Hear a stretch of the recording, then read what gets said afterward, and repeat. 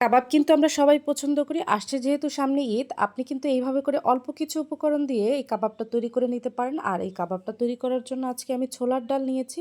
আর আজকে ছোলার ডালটা আমি ২-৩ ঘন্টার মতো ভিজিয়ে রেখেছিলাম। মুরগির বুকের অংশ দিয়ে দিলাম, ২ টা তেজপাতা, দারচিনি, এলাচ, ২-৩ টা রসুন, আদা এবং শুকনো মরিচ আর স্বাদমতো লবণ দিয়ে আমি বেশ কিছুটা সময় ধরে সিদ্ধ করে নিয়েছি।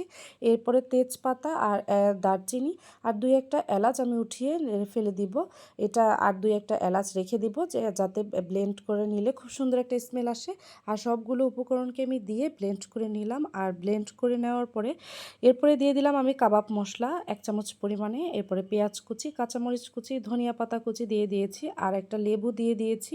লেবু রসটা অবশ্যই দেওয়ার চেষ্টা করবেন। এরপর একটা ডিম ভেঙে দিয়েছি। যদি মনে করেন ব্যাটারটা একটু শক্ত হয়ে যায় তাহলে ডিম দিবেন। আর যদি নরম হয়ে যায় তাহলে বিস্কুটের গুঁড়া দিবেন। আর এরপরে সবগুলো উপকরণকে খুব সুন্দরভাবে আমি মেখে নিলাম। তারপরে ছোট ছোট বল করে আমি কাবাবের শেপ দিয়ে নিয়েছি। আর এভাবে করে আমি সবগুলো কাবাব তৈরি করে নিলাম। এরপরে চলে যাব ভাজার জন্য। আর এখানে আমি একটা প্যানে তেল বসিয়ে দিয়েছি। তেলটা হালকা একটু গরম হয়ে আসার পরে আমি যে কাবাবগুলো তৈরি করে রেখেছিলাম সেই কাবাবগুলো দিয়ে দিলাম। এক পাশটা হয়ে আসার পরে আমি আরেক পাশটা উল্টিয়ে দিচ্ছি, হালকা ব্রাউন কালার করে নিচ্ছি।